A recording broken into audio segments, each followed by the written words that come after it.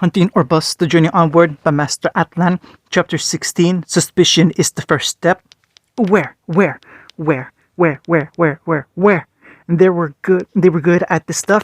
They had found dozens of difficult targets and acquired them within the day not too long ago. So why? Why was it so hard to locate Wilsk? The city was big, but not big enough to hide an important business figure like him away from the prying eyes for so long. Was he underground? No, he had to keep moving if he wanted to get through with all his business and public appearances as quickly as possible. Could he be outside the city? If that was true, then why the hell did he come to the city in the first place? No one would make the trip just to go to some crummy bar for a steak. It had been 5 days since he and Sasuke had started this manhunt for their old crime boss, but aside from those whispers and public forums, he never showed his face at night when they could move around freely, and even when they could move around, they couldn't act reckless while searching for the underground boss. If they attacked one of his members, they would have to silence him to make sure he didn't raise the tension or for the rest of the guard, and neither of them were comfortable with the idea, and all of their old contacts and informants were Wilsk's people, so they probably would have to have sold their location away for a price if they met. Wilsk had been controlling his portion of the underground longer than either of them had been alive. He had learned and created different plans to keep away from a tail or stalker over the years. The people he controlled were deep in his pockets. If he had a purpose or need for your talent, he made sure you kept working for him as long as possible. Naruto knew it wasn't going to be easy to try and take this guy down, but the two of them had to be enough to handle this guy together, right? Naruto was finally brought out of his thoughts when he heard the deliberate coughing right by his ear. He flinched in fright and looked up at the tall, green-haired teacher that was beside his seat. Ublik stood back up and announced clearly at the boy, "Mr. Uzumaki, I hope I have not been boring you enough that you find the need to travel off into your own little world during class." Naruto sat up. "No, sir. I was just looking off for a second." Very well." He fixed his glasses back up the bridge of his nose. "Then I don't suppose I could ask you to summarize the points of the first Grim War I was just discussing to the class, do you?" Naruto blinked and looked down at his notebook to see he hadn't taken a single note the entire lecture. That wasn't really a big surprise from what usually happened in these classes, but didn't even make a doodle or cool pattern to pass the time while he sat there. He racked his brain a little more before shaking his head. "Sorry, I wasn't listening." Ublik walked back down the stairs towards his desk as he announced to the class, "Everyone, understand that for some of you this might not seem like the most compelling or enthralling of subjects to discuss, but I still expect you to pay attention while you are here. You'd be surprised just how useful knowing the past is for setting the future." Naruto sighed and rubbed his forehead tiredly. He closed his eyes in shame for a moment as he heard a piece of paper being slid by his elbow. He looked down at it. "You okay?" He looked up at John, who he always sat next to in history, as the other blonde shrugged his shoulder with some worry in his face. Naruto gave a strange smile and a thumbs up before he turned back around and stared ahead at the blackboard. But even though he was looking at the board, even John could tell he wasn't actually paying attention. It was something that a few of their friends had been concerned about for a while now. What was going on with him? Hunting?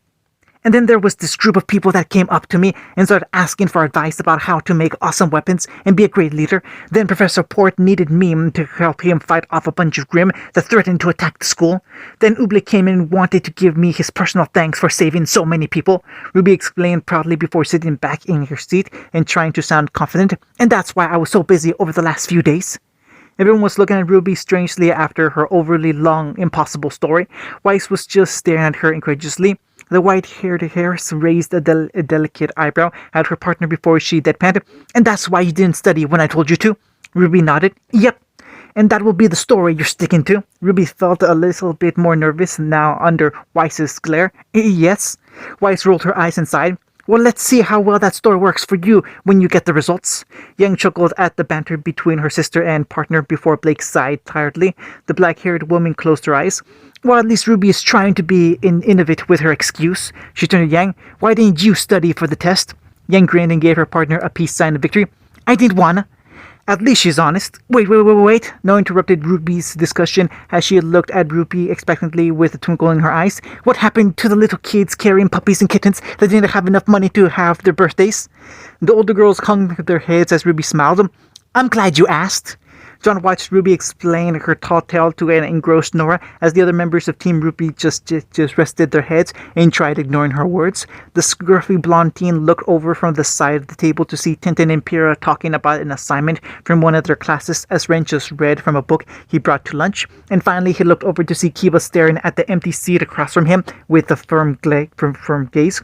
The seats that they kept open for Naruto and Sasuke, but they weren't here today. In fact, they hadn't been seen very much out of class for the last few days. The team leader sat up in his seat and asked the wild-looking teen, "Hey Kiba, do you know where Naruto and Sasuke are going during lunch?"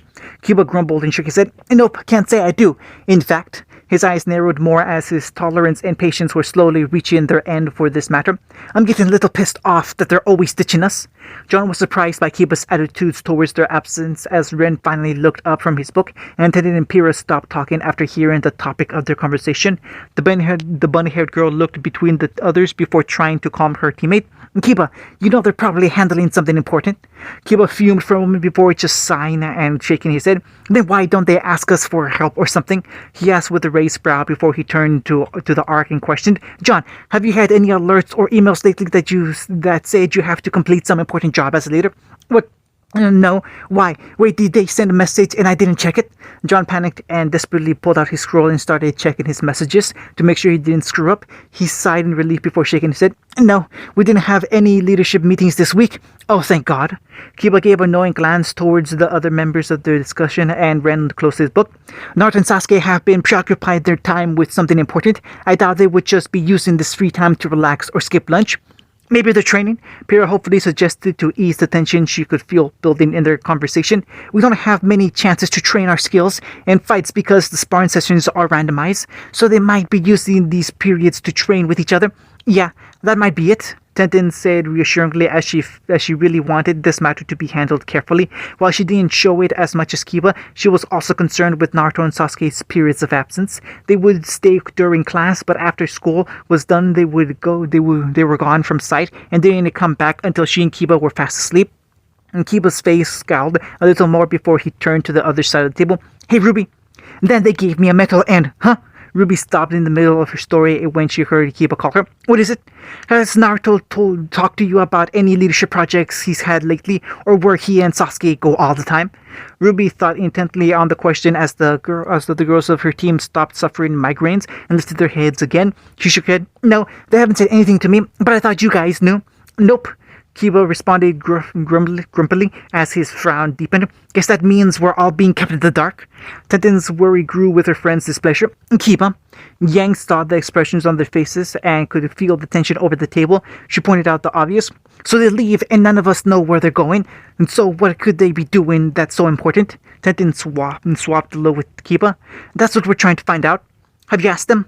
"Of course we did," Kiba responded, "but it's always they had an assignment or had to maintain their weapons, or they were at the library."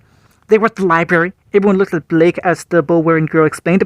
"I've seen them sometimes after class when I was checking out a book. They were working on a computer and discussing something about what they were researching. I never thought much about it, but I doubt they would have spent all of their time just in the library." "Then what were they looking at in the library?" Ruby thought out loud before she calmed and started stroking her chin. I think we have a mystery on our hand." Yang reached behind and pulled Ruby's hood over her head to stifle her intrigue. "This isn't really a mystery, Ruby. It's just two guys sneaking around because they don't want to get caught." She shrugged her shoulders. "Maybe they're dating in secret." Everyone just looked at her in shock. Yang sat up. "What? Two attractive guys always hanging out and spending time away from other people? It's a possibility." They still kept staring at her, and the buxom blonde crossed her arms and grumbled to the side. "Shut up. We're just suggesting crap at this point. No clues and no ideas." Nora finally spoke up before a light bulb went off and she yelled, "Let's spy on them, follow their moves, sneak around, and hack their scrolls." She sat back in her seat and whispered, "We'll stick to them like shadows. They'll never see that coming." "Nora," Ren stoically said before as he shook his head, "we are not going to spy on our friends." "Aw, did they even say what they did before they came to Beacon?" Everyone turned to Weiss this time as the white-haired so voiced her mind. Ruby was the first to respond to her strange question.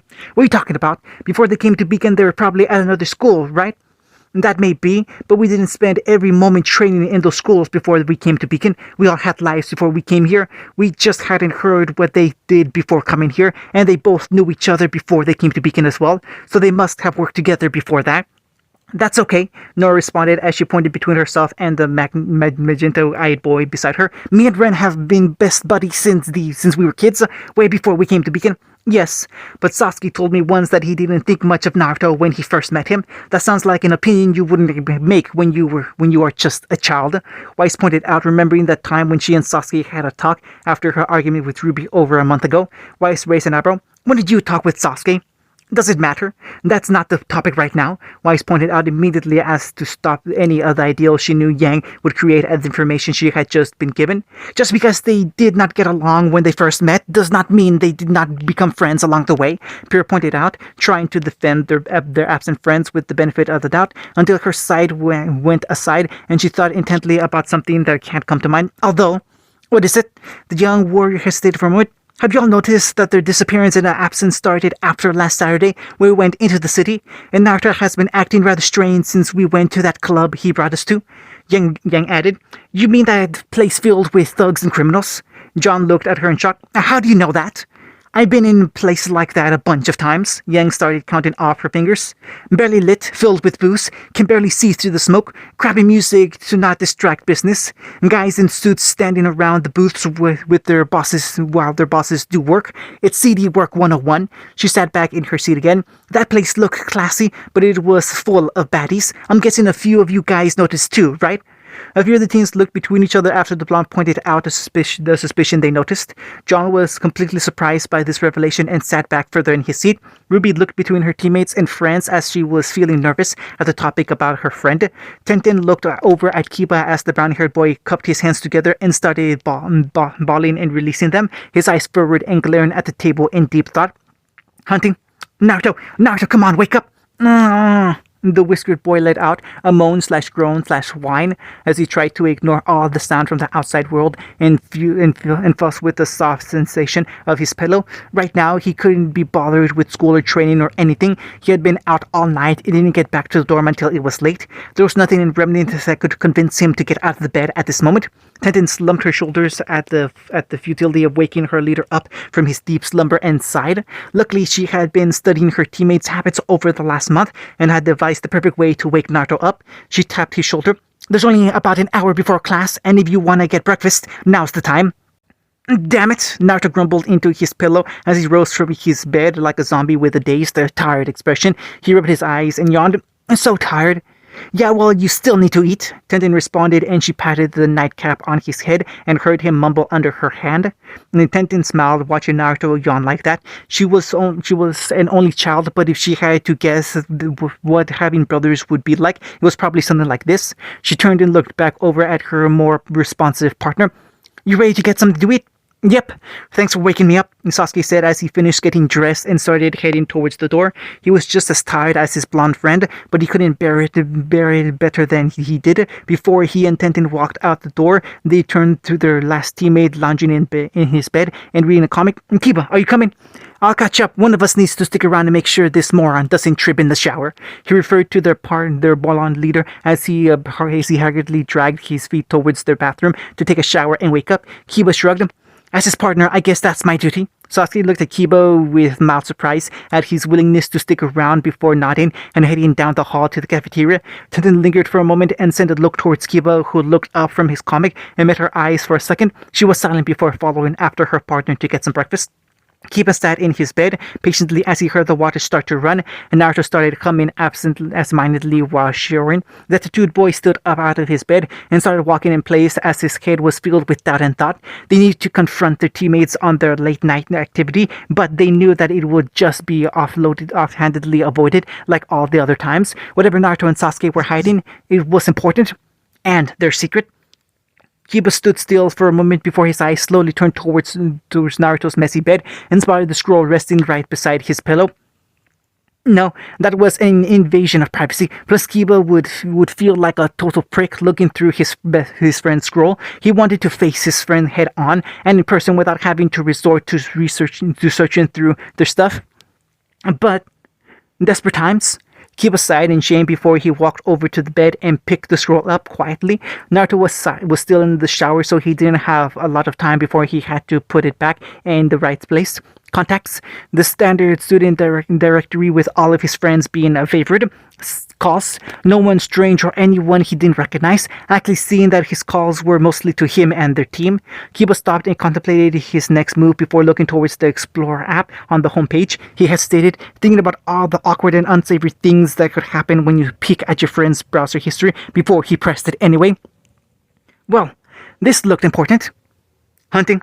Now, while all young Grimm have a mentality to stay together in a pack, none exemplify this better than Beowulfs. The young will stay together, travel as far as they can while in a pack, and attack any wayward people they may find or food. While this sense of solidarity is less promising in older Grimm, they may still hunt in packs if they can find some of their own kind, which reminds me of a time when I was still a strapping young huntsman out on duty over in Forever Fall. The scarlet leaves fluttering down, and I had just slain a creep that had tried to sneak up on. Ding ding! With my acrobatic skills, oh, was that the bell? Huh. I seem to have lost track of time once again, Professor Port noted as the bell had rung and signified the end of the class. This was a blessing, as the sound had awoken several students that had fallen asleep before the rotund man's boisterous tales had put them to sleep. He announced, well, that's the end of the class for the week. I'll see you all again after the weekend. Ruby felt Yang's tap her shoulder and saw her big sister giving a big grin. Hey sis, Blake is dragging us to the library for an hour of silent reading. Want to play some cards and totally mess up the quiet? Yeah, Ruby answered eagerly, as she had wanted to have a rematch with her sister after losing the last game of cards they played. She popped out of her seat before she caught sight of Naruto walking to the exit. She watched him leave before turning back to her sister. I'm gonna need a sec. Sorry, Yang, but you can go ahead. Yang shrugged. Sure, but hurry. Weiss doesn't know how to have any fun playing cards, and I'm pretty sure Blake is gonna stare a hole through me when I do. Got it? Ruby responded before she moved through the aisles, seats, and out the exit. She came back into the hallway and looked around before she spotted a gray bandana quickly moving out of the sight. With a little added speed, she got up to him in a second and called out, Naruto, wait up! The whiskered teen heard the younger girl call out to him and looked back as she ran up beside him with her hood fluttering behind her. Hey Ruby, listen, I'm sort of in a hurry. Okay, well, when you're done, do you want to come to the library with us? She asked incautiously as she motioned back to where they came. Me and Yang are going to play some cards while the others are reading, and I could use some help beating her. She is really good when she tries. Ruby looked around to make sure Yang wasn't anywhere in earshot before whispering, I'm pretty sure she cheats. Naruto looked at the red and black-haired girl before he turned back to the way he was going. He scrunched his face a little before he had to shake his head. That sounds like fun, Ruby, but I got this thing I need to take care of right now, and I can't miss it. Oh, okay. Naruto felt a big wave of guilt fill his belly when he saw the disheartened look came across Ruby's face after hearing his refusal. The young hunters in training looked aside for a moment before asking, Naruto, is everything okay with you? Naruto seemed surprised by the concern in her voice. What? You and Sasuke have been gone a lot recently, and I mean like a lot, and all of us are really worried about you both, like if you're training or studying, or Yang thought you guys might be secretly dating, but we dismissed that real quick. Ruby quickly sputtered off in a rapid and awkward spat of words about addressing her friend's personal affairs, missing the surprised and horrified look on Naruto's face at the suggestion of him dating his best friend. Ruby realized that she was yammering and took a breath before finishing. It's just, we want to make sure you're both okay, and if you need any help, then you can ask us. Naruto was quiet for a moment as he saw the nervous but firm look in Ruby's eyes while staring up at him. He was silent for a moment before he let out a small chuckle and ruffled her hair.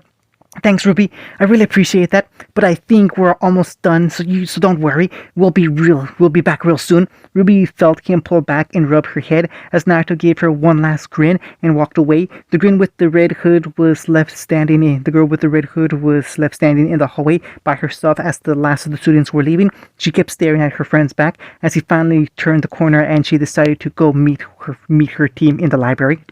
Hunting. Naruto secured his combat vest around him as he headed towards the dorm room to get Sasuke before they went to the city. He opened the door. Hey Sasuke, you ready to go or what? What's going on? Naruto stopped in the doorway when he saw Tenten and Sasuke dressed in his combat gear, sitting on her bed while Kiba sat on his. He saw the uncomfortable expression on Tenten's face and the worried look in Sasuke's eyes. Kiba sighed and stood out of his bed before walking beside his partner and closing the door. Naruto looked around the room at the odd behavior of his team and questioned, "Seriously, what's going on?" Kiba stood in front of the door like a guard and looked between the blonde and ebony-haired teen. He firmly stated, "We need to talk."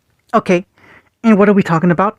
They want to know what we're doing after school all the time." Naruto looked back at Sasuke as the black-haired swordsman got up and slowly started stretching his legs with a walk. He put a hand in his pocket and sighed. "They wanted to talk when we were all together, so we've been waiting for you. Every day you wake up, you guys are tired. Naruto, you always look like you have something else going through your head during class. You both pull a disappearing act after school is done, and you don't come back until we've gone to sleep." Then looked between her partner and leader. "What are you guys doing that is taking all this time? I don't say you were at the library studying or you were working on a leadership program," Kiba immediately stated before Naruto and Sasuke could answer her. "Blake told us you didn't spend all the time at the library, and Ruby and John haven't had any notifications about leadership meetings either." Ruby was right. They really were worried about them a lot. Naruto looked between Kiba and Tenten periodically before he finally spoke. "Me and Sasuke have some business that we need to take care of in the city." "What business?" "Something we were doing before we had to come to school." Sasuke continued the conversation, but they could notice a slight hint of reservation and concern in his usually solid tone. Sasuke looked over at Tenten. "We realized that we still need to take care of it, and we can't put it off anymore." Tenten shook her head, annoyed that they danced around the point again. "Put off that? What's so important that you leave us behind to do?" "Listen," Naruto said sharply as he could feel his teammates' patience were weighing on the continued subject. The whiskered teen's whole visage seemed to struggle with the idea of his friends finding out what they were doing and what would happen when they did. He was reluctant to explain anything else, but he knew he had to say something to them. "I know we keep leaving and we have a lot to explain, but this is important and this is personal. We can't move on until we finish this, and we can't say why because we don't. Mr. Wilsk. Yes, you over there." Naruto and Sasuke and Tenten's eyes all widened before they turned and looked at the fourth member of their group, holding up his scroll for everyone to hear. On its screen was a recent news report of business big shot who Velton Wilsk, accepting questions from the media at a press meeting just the other day. He just glared at the ground as the video kept playing. "What are your thoughts about the recent allegations that the SDC's dust inventory, their most prominent and substantial business outing, had been repeatedly stolen over the last few weeks by the like of criminals or even the radical political organization, the White Fang?" The older middle-aged man nodded. "I have heard rumors about that, and if it is true, it is an unfortunate bit of news. Considering you have several business contracts with the company to move its capital and assist with the maintenance and expansion of the CCT, do you believe these allegations will affect your business?" "I believe we might go through a rough patch, but like always, we will carry on." "What about the effect this will have on the Schnee Dust Company?" "I doubt there's any reason to worry about it. I have admired the Schnee family and their ability to weather any storm or unfortunate circumstance they meet, as they always have. Mr. Wilsk, sorry, no further questions. I have to get back to work now. Mr. Wilsk. The video paused. Everyone in the room was silent as they processed what they had just watched, the sound of students talking outside being the only noise that breached the almost eerie quiet. Tenden was the first to react as she was bewildered by the video they had just watched that somehow shut all their mouths. She looked over at Sasuke to see a mild but obvious shock look at the video while she couldn't see Naruto's face from her position. She spoke. "What was that?"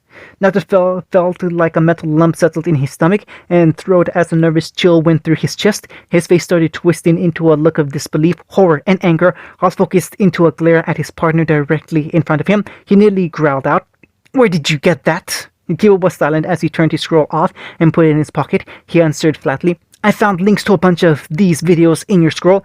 I sent them to myself, and they're all focused around this Wills guy." "You looked at my scroll?" Naruto asked in disbelief before he snarled his teeth and grabbed a corner of Kiba's collar. "Why the hell were you looking through my stuff?" "Hey, Naruto, you're right. I shouldn't have looked through your stuff, and I felt like shit for doing it. But you wanna know why I did it? Because you're lying." Kiba harshly grabbed Naruto's wrist and pulled it off his collar before he got up in his partner's face. "All you've been doing is lying. You can't tell us anything because you won't. You can't be bothered, but we know enough."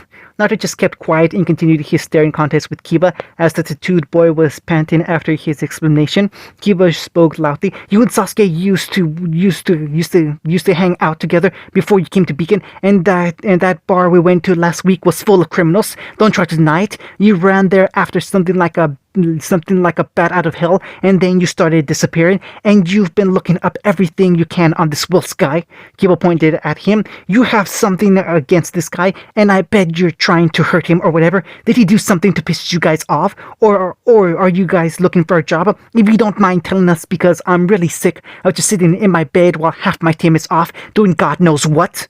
Naruto's face scrunched with anger before he shook his head. "That guy, Velton Whisk, he's trouble. He's not kind. He's not caring. Not compassionate. Not understanding. He has no idea about empathy. He will hurt something if he thinks it is necessary. He will kill someone if he thinks he needs to. He'll destroy their lives. He steals. He corrupts. He's just..." Naruto couldn't find the perfect word to describe this immoral monster and just spat out, "He needs to be stopped." Kiba stared at him silently, and Naruto heard Tenten ask from behind them with complete confusion, "How do you know that?" "Because," Naruto closed his eyes as he resigned himself and Sasuke to their end, "we worked for him as thieves." Sasuke was the one to answer the question that was hanging in the air as Tenten and Kiba both looked at their friends in shock. Tenten quickly looked between her stolen partner and her leader that slowly hung his head at the truth of their past. Sasuke continued, "Wolsk made us his personal thieves when we messed up a shipment of his cargo. He had us work for him for 2 years. We stole a lot of stuff for him, cars, vehicles, weapons, dust, whatever he asked. We brought it to him." Tenten could only shake her head. "Why?" "Because he would have killed us otherwise, and when we tried to escape, he tracked us, found us, and reminded us what he would do if we tried again." Kiba was stunned by this revelation before he clenched his teeth hard and asked, "How? If you guys worked for him, how did you get into Beacon?" "We got caught. And Osman found us," Naruto said with a dejected and defeated tone. When he heard the disbelief in their voices, he looked aside. "He gave us an offer: get arrested or come to Beacon and see if we had what it took to be huntsmen.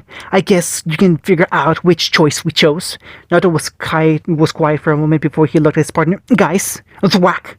Kiba punched Naruto and sent him falling to the ground without another word.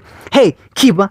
The boy with the fang tattoos didn't waste another moment before he grabbed his partner's collar and yelled at the top of his lungs. "Were you ever gonna tell us, or were you gonna keep this from us forever? Huh? We're a team. We're supposed to protect, to trust each other, put our lives in your hands, but you lied to us." Kiba was seething, and the others were shocked at his outburst before he shook his head. Why couldn't you tell us this, or anything? We're a team. We're friends. We could have helped you, understood why you did this, so why didn't you trust us to help?" Naruto was shocked by Kiba's pleading questions and roars, and was silent as his partner caught his breath. Naruto looked at him and tried to open his mouth, but couldn't find the right thing to say. They had trained, fought, suffered, and beat every obstacle together as a team. Tenten and Kiba had been training years for this opportunity, and now that was all in jeopardy. What could he say that would ease their minds about the secret they kept? He couldn't. The blonde closed his eyes before plainly answering, "Because it wasn't any of your business." That was not what they expected. None of them thought Naruto would say that. Sasuke knew a lot of things would be going through Naruto's head right now, and there were only a few reasons he could even think his friends would say that.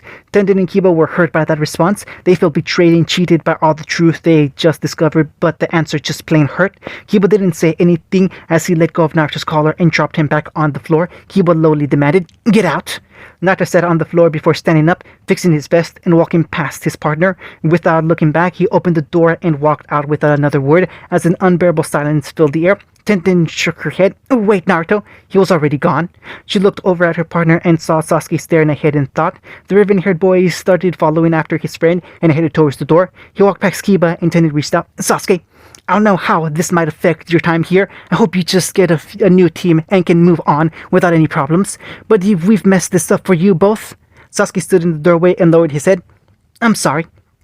I know we only knew you guys for a month, and it might not seem like it, but this was some of the most fun I've had in my whole life, and I know Naruto thinks the same, so even if you guys are angry at us..." Sasuke looked back with a faint smile and nodded. "Thank you for putting up with us." Kiba still had his back turned, and his eyes seemed to water as the swordsman walked out and left them in the room. The two hunters in training stood in absolute silence.